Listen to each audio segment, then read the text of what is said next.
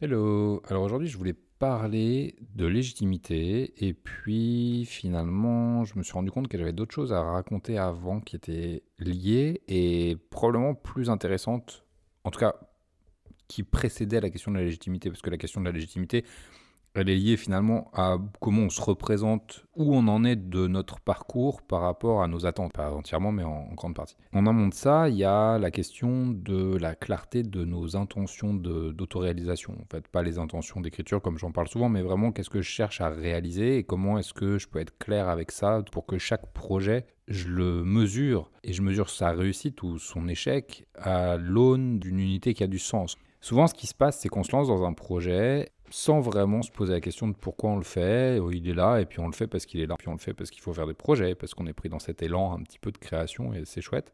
Et après, on compare. On compare ce qu'on réussit à obtenir avec ce projet avec ce que font les autres, avec ce qu'on a intégré et intériorisé de ce qu'on a appris de ce que devait être la réussite sur un projet comme le nôtre. Par exemple, si je me lance dans l'écriture d'un bouquin, déjà, je vais me dire que si j'arrive pas à l'écrire, c'est un échec. Si j'arrive pas à l'écrire dans un temps que j'ai intégré comme étant un temps raisonnable, bah, c'est un échec. Si je réussis à l'écrire dans un temps raisonnable mais que j'arrive pas à le faire publier, c'est un échec. Si j'arrive à le faire publier mais que j'en vends pas un certain nombre, ça va être un échec. Bla bla bla bla bla.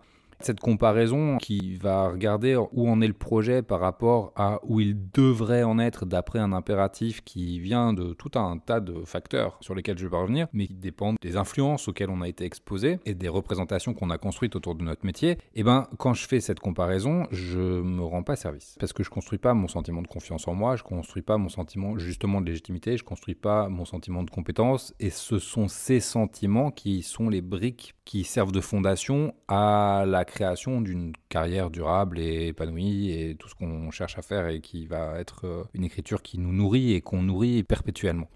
Ce qui, je pense, est important à rappeler, c'est que chaque projet, il est porté par une motivation qui est souvent pas consciente. Mais on vient dans un projet, pas seulement pour l'écrire, ça c'est la motivation numéro 1, mais aussi avec l'envie, soit qu'il soit lu, soit d'explorer un nouveau genre, soit de raconter une histoire bien précise. Il y a une infinité de possibilités. Par exemple, moi, quand j'ai sorti Semaine Paire, mon premier but, c'était de publier un premier roman indépendant. C'était pas le premier roman que j'écrivais, c'était pas le premier roman que je finissais, mais c'était le premier roman vraiment que j'allais publier en tant qu'éditeur indépendant. Et c'était une étape importante. Ça faisait longtemps que j'avais pas écrit de roman en plus, j'étais pas complètement à l'aise avec le format, je me rappelais plus que je savais faire, je savais plus exactement comment je savais faire, puisque j'avais fait plusieurs années de scénario, j'avais fait plusieurs années d'écriture courte, et que ça a été revenir à une forme longue que j'avais pas travaillé depuis peut-être un peu moins de 10 ans, mais pas loin.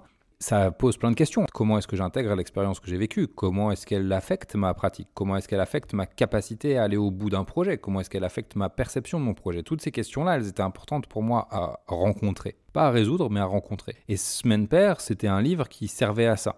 Une partie de ces intentions, je les connaissais en amont, et une partie, je les ai comprises en aval. Donc ça, c'est aussi intéressant de se dire qu'on ne sait pas toujours ce qu'on fait ou pourquoi on fait les choses au moment où on les fait. Parfois, on apprend pourquoi on fait les choses, c'est un truc que je répète depuis plusieurs épisodes, mais on apprend pourquoi on fait les choses en les faisant. Et ça, c'est important de le retenir. Mais c'est important de le retenir non pas simplement pour se dire, allez, je me lance dans le truc et puis on verra bien en cours de route, mais pour que justement, en cours de route, régulièrement, on fasse un check et qu'on se demande, tiens, mais en fait, qu'est-ce que je suis en train d'apprendre de mes intentions et comment est-ce que ce que j'apprends de mes intentions peut orienter différemment à la fois ma pratique, mais aussi le regard que je porte sur elle. Et moi, c'est vraiment aujourd'hui ce qui m'intéresse, c'est le regard que je porte sur ma pratique et sur les résultats de ma pratique. Je parle de ça parce que c'est un truc qui revient souvent dans les accompagnements, dans le mastermind, dans les conversations que j'ai avec des auteurs, même en dehors des accompagnements. C'est justement ce truc de frustration qui naît d'une comparaison entre là où j'en suis et là où je devrais en être, mais une comparaison qui ne prend pas en compte le moment de ma pratique. Et là, je prends pratique dans le sens de le fait d'écrire dans sa vie. À un moment donné, à chaque étape de sa vie d'écriture, sa vie d'auteur, on va être porté par des aspirations, des besoins différents d'exploration, de développement, de renforcement, de consolidation, etc. Une des sources à laquelle naît cette difficulté, c'est qu'on est constamment en train de tout inventer dans notre métier. On est en train d'inventer ce qu'on cherche à faire, on est en train d'inventer le livre, on est en train d'inventer l'histoire, on est en train d'inventer les moyens d'atteindre nos aspirations, et on est même en train d'inventer nos aspirations. À cause de ça, on ne peut pas complètement comparer nos résultats à ceux des autres sans prendre en compte l'ensemble des facteurs qui ont amené l'autre personne à faire les choix qu'elle a fait et à obtenir les résultats qu'elle a obtenus. Ça m'est arrivé, par exemple, d'avoir des conversations avec des collègues, auteurs, qui t'ont parlé de comment va ton écriture. La réponse qu'ils me donnaient, c'était une réponse purement commerciale. Ah, je vends bien en ce moment, c'est chouette. Alors que moi, ma réponse, elle était plus artistique, entre guillemets. C'est-à-dire que j'étais plus en train de me dire, je suis content de ma pratique parce que en ce moment, j'arrive à explorer, par exemple, un genre que j'ai pas l'habitude d'explorer, ou je suis en train de travailler sur une forme qui est un peu nouvelle pour moi et je suis content parce que je fais des progrès qui me satisfont. Et donc, en fait, on était sur deux registres complètement différents. Forcément, là où on va mettre notre attention, là où notre intention, elle est posée, nos résultats avancent. C'est-à-dire que si moi je suis en train de me concentrer sur la forme littéraire et une manière de réinventer mon écriture, je vais progresser là-dessus. Mais en faisant ça, je vais négliger complètement l'aspect commercial et c'est complètement OK si c'est aligné. Et à l'inverse, mon collègue qui lui va être concentré principalement sur les ventes qu'il va faire, il va pas s'intéresser de la même manière aux questions de forme. Et il ne va pas progresser de la même manière là-dessus. Et puis peut-être même qu'il ne va pas comprendre mon intérêt pour ces questions-là. De la même manière que je ne vais pas comprendre la priorité qu'il met sur les questions commerciales. On va ramener ça dans la conversation et dans la comparaison. C'est-à-dire quand je vais regarder les résultats de quelqu'un, je vais me demander mais où vont ses efforts ? Si je regarde le best-seller du moment et je vais regarder comment elle fait, je vais me dire punaise, cette personne, elle vend des millions de bouquins, c'est génial, j'aimerais vraiment faire ça. Mais peut-être qu'elle, ça fait 5 ans qu'elle ne fait que se soucier de marketing et de vente et de faire en sorte d'aligner ses bouquins avec les attentes de son lectorat et de dialoguer avec son lectorat pour mieux comprendre ce que son lectorat veut et mieux faire comprendre à son lectorat ce qu'elle propose de façon à pouvoir vendre plus efficacement. Pendant ce temps, moi, ça fait 5 ans que je suis en train de travailler sur comment je vais affiner peut-être mon langage, comment je vais affiner mon style, comment je vais affiner le contenu de mes histoires. Et pas du tout me soucier de qui les reçoit. Cet écart, il est hyper important. C'est un écart qui se situe à la base de la pratique et qui a des conséquences énormes sur les résultats qu'on va obtenir. Quand on va faire de la comparaison, c'est important de se rappeler de ça, du biais avec lequel on rentre dans notre pratique. Et de pas simplement se dire, moi j'ai fait beaucoup de recherches artistiques et j'ai publié des bouquins qui me tenaient vraiment à cœur et je comprends pas pourquoi ils n'ont pas le succès commercial de tel autre auteur. Ces nuances, elles viennent nous aider à prendre des décisions. Elles viennent nous aider à faire sens de ce qu'on produit et des retours qu'on a sur ce qu'on produit et d'ensuite se baser sur ces retours-là d'un point de vue positif, pas d'un point de vue de frustration de « Ah, je voudrais autre chose sur quoi j'ai pas travaillé », mais d'un point de vue positif qui va dire « Très bien, maintenant que je me suis concentré sur, je vais garder mon exemple de tout à l'heure, ma recherche artistique et que je suis arrivé à un stade de mon écriture où je peux être fier de ce que j'écris et je peux sans rougir proposer ce que j'écris à la vente, je vais peut-être déplacer mon point de focalisation sur justement le commercial et m'intéresser à comment vendre davantage de mes bouquins. Et à l'inverse, l'autre auteur pourrait faire le chemin inverse et se dire tiens, maintenant que j'ai une bonne base commerciale solide et que je me sens à l'aise dans le fait de consacrer du temps à mon écriture parce que c'est un temps qui est rentabilisé, si c'est ça son critère d'évaluation, je vais pouvoir maintenant prendre une partie de ce temps et l'utiliser pour développer des trucs plus perso et affiner ma voix et affiner mon style. On voit que les cheminements de chaque auteur, ils sont un peu différents en fonction de ce qui est important pour chacun à chaque moment de sa pratique. C'est important d'avoir ces nuances en tête parce que ça donne de la perspective. Et cette perspective, elle est nécessaire pour pouvoir construire une pratique durable. Ce qui se fait dans le temps. Ça prend plusieurs années de pouvoir construire une pratique dans laquelle on se sent à l'aise, c'est-à-dire durable, encore une fois. C'est une pratique qu'on peut faire régulièrement, en produisant régulièrement des objets finis. C'est-à-dire que non seulement j'écris régulièrement, en plus je termine régulièrement des livres, et en plus de ça, je les peaufine suffisamment pour qu'ils soient montrables, et je les sors. En plus de ça, dans la durabilité, il y a aussi cette notion de c'est profitable. C'est-à-dire que c'est pas un temps qui est perdu, et quand je sors un bouquin, c'est pas comme ça lâché dans la nature, et puis advienne que pourra. C'est-à-dire que la pratique se nourrit elle-même aussi au niveau matériel. La perspective, elle permet de se rappeler que pour faire tout ça, pour construire tous ces aspects de la pratique durable, il faut donc du temps et il faut de la concentration. Une concentration qui va se poser alternativement sur les différents aspects de la pratique. C'est très compliqué de progresser sur tout en même temps, d'être à la fois sur le style, à la fois sur le commercial, à la fois sur la compréhension du public, à la fois sur la marque d'auteur, par exemple, ce genre de choses. Toutes ces couches, elles sont essentielles dans le fait de construire une vraie carrière d'auteur et en même temps, si j'essaye de travailler sur tout en même temps, je vais travailler sur rien. Je vais être un petit peu dispersé, je vais faire un peu des progrès vraiment minimes sur chaque plan. Derrière, la différence de résultats entre le début de l'année et la fin de l'année ne va pas être marquée de manière très forte. Ce qui peut miner la motivation et ce qui peut m'empêcher de me sentir avancer, m'empêcher de continuer à mettre des efforts dans ce qui est pourtant important pour moi, à savoir ma pratique de l'écriture. Donc plutôt que d'essayer de tout faire à la fois, je vais affiner ma conscience de mes intentions, de ce qui est important pour moi maintenant, et je vais essayer de comprendre comment ça nourrit mon sentiment de légitimité, comment ça nourrit mon sentiment d'être en train effectivement de progresser dans une direction qui m'intéresse. Et ce que je vais faire, je vais dire, bah tiens, moi par exemple en ce moment, si je reprends l'exemple de mon propre parcours, moi en ce moment, ce que je veux, c'est retrouver, à l'époque où j'ai arrêté le scénario et que je suis revenu à l'écriture littéraire, c'était ça. Je veux retrouver l'habitude d'écrire des textes littéraires et retrouver les sensations qui sont reliées aux textes littéraires, qui sont des sensations différentes de celles qui m'aidaient à écrire des scénarios. Comment je vais faire ça? Je vais me concentrer sur l'écriture de nouvelles. Ok, donc je vais écrire des nouvelles, mais je veux pas que ces nouvelles restent enfermées dans mon disque dur. Je veux pas que ce soit trop autoréférentiel. Je veux aussi tester ces nouvelles dans le monde. Comment je vais faire ça? Je vais les envoyer à des concours, à des prix, à des éditeurs qui prennent des nouvelles. Et j'ai fait toutes ces choses-là et ça m'a permis d'avoir du feedback et de me rendre compte qu'effectivement, certains de mes textes étaient pris, d'autres non. Pas toujours pour des raisons très claires.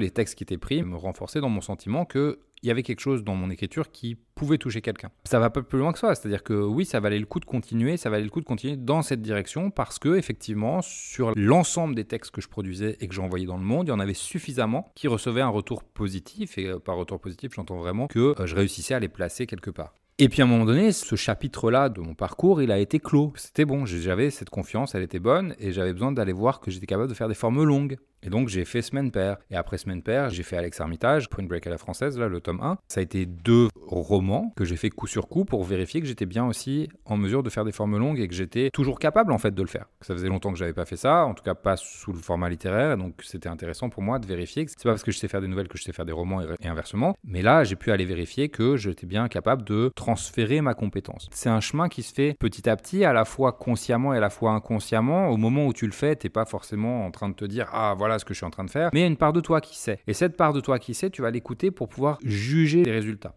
Quand je produis mon bouquin, oui, bien sûr, j'aimerais bien pouvoir le vendre super bien et qu'il rapporte plein d'argent et qu'il touche plein de lecteurs. Et en même temps, c'est tellement pas mon point de focalisation que je m'en occupe pas. Et ça, c'est important de m'en rappeler dans les moments où je vais avoir tendance à être frustré du fait que le bouquin se vende pas assez à mes yeux. Et assez, encore une fois, c'est un terme qu'il faudrait aller déconstruire parce que le assez, il correspond à quoi? Il correspond à un impératif, un idéal qui serait défini de manière un petit peu arbitraire et qui change à chaque instant. Tu vois, assez pour une personne, ça peut être 10 livres, assez pour une autre personne, ça va être 200 000 et entre les deux, il y a plein de petites possibilités. Et en fait, il n'y a pas de vérité absolue. On va avoir plein de gens qui vont nous dire oui, mais s'il n'y a pas une masse de gens qui sont touchés par ton travail, il n'a pas assez de valeur, alors que d'autres vont te dire bah non, en fait, si tu arrives à toucher vraiment très fort un petit groupe de personnes qui sont sous-représentées dans la culture de masse, tu fais un travail qui est important. On va essayer de se positionner soi-même parce que ces deux vérités, elles sont justes et que comment est-ce que moi où est-ce que j'ai envie d'être? Quel impact est-ce que j'ai envie d'avoir? Quelle valeur est-ce que j'ai envie d'apporter avec mes livres dans le monde? C'est ça les questions qu'on se pose. Donc il y a à la fois la dimension de où est-ce que j'en suis de mon parcours, qu'est-ce que j'ai besoin de travailler et de renforcer en ce moment et sur quoi est-ce que je mets mon focus pour faire ça. Et après, il y a la question de comment est-ce que je veux impacter le monde avec ce que j'écris et quelle est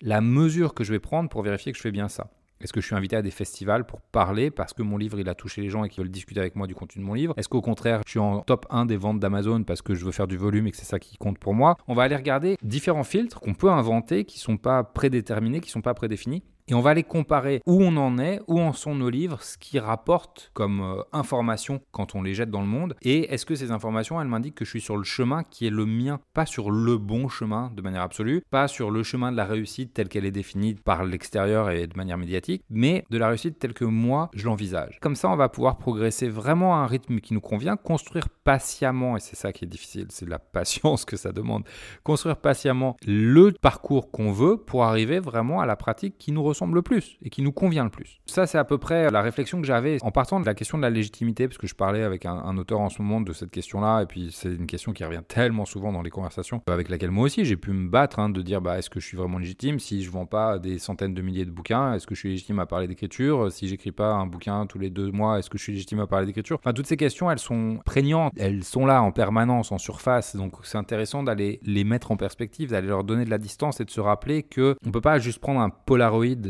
de un moment de la carrière de quelqu'un, du parcours de quelqu'un et en tirer des conclusions. C'est important de toujours remettre de la perspective, de toujours se demander quelle est ma justesse, où est-ce que je vais, comment j'y vais, quelles sont mes priorités en ce moment, et de savoir que ces priorités, elles évoluent. De savoir que le fait d'atteindre certains repères de notre pratique, comme par exemple le fait de publier une nouvelle, ou le fait de décrocher un prix, ou le fait de publier un premier roman, ou le fait de signer un nouveau contrat d'édition avec un éditeur. Enfin, toutes ces étapes qui nous semblent être des points d'arrivée quand on ne les a pas encore atteints. C'est-à-dire qu'on est là dans notre pratique, on se dit « Ah, le jour où j'aurai fait ça, ce sera forcément génial. J'aurai passé un cap et je pourrai enfin me reposer sur mes lauriers. » En quelque sorte, c'est un peu ça le résumé. Toutes ces lignes d'arrivée ne sont pas des lignes d'arrivée, ce sont des points de départ, ce sont des étapes sur le parcours. Et on va les franchir. Et en les franchissant, on va se révéler à soi-même des nouveaux horizons, des nouvelles manières d'envisager notre écriture, des nouveaux objectifs, des nouvelles envies. J'en parlais il y a 2 jours, je crois, d'un point de vue artistique, mais c'est vrai aussi d'un point de vue plus, je ne sais pas comment le qualifier, mais de construction de carrière. C'est des lignes qui sont constamment en mouvement. Le fait que ça bouge n'invalide pas ce qu'il y a eu avant. C'était vrai des textes, mais c'est vrai aussi du métier. Et un point important, c'est aussi que chaque étape qu'on franchit nous oblige à la fois à reprendre une casquette de débutant, c'est-à-dire qu'on a besoin de repartir de presque zéro, pas tout à fait, mais en tout cas on a besoin de réapprendre notre pratique, mais ça nous demande aussi de déconstruire des réflexes. Tous les réflexes que j'ai pris en me concentrant sur le fait d'affiner ma voix, sur le fait de travailler mon style, ce genre de choses, c'est des réflexes qui sont plus au service maintenant de la recherche de visibilité. Donc comment je m'autorise à reconnaître les limites des outils que j'ai employés jusqu'à maintenant, les limites des habitudes de travail que j'ai suivies jusqu'à maintenant, et comment je réinvente, comment j'apprends de nouvelles manières de faire. Ça peut être inconfortable parce qu'on ne sait pas où on va, c'est confus, et en même temps c'est hyper stimulant parce que ça nous permet justement de retrouver cette énergie de l'apprentissage, cette curiosité du débutant, et ça peut être hyper valorisant, et surtout c'est ce qui nous fait avancer. Voilà un petit peu mes réflexions du jour, et je vous dis à demain pour un nouvel épisode. Ciao.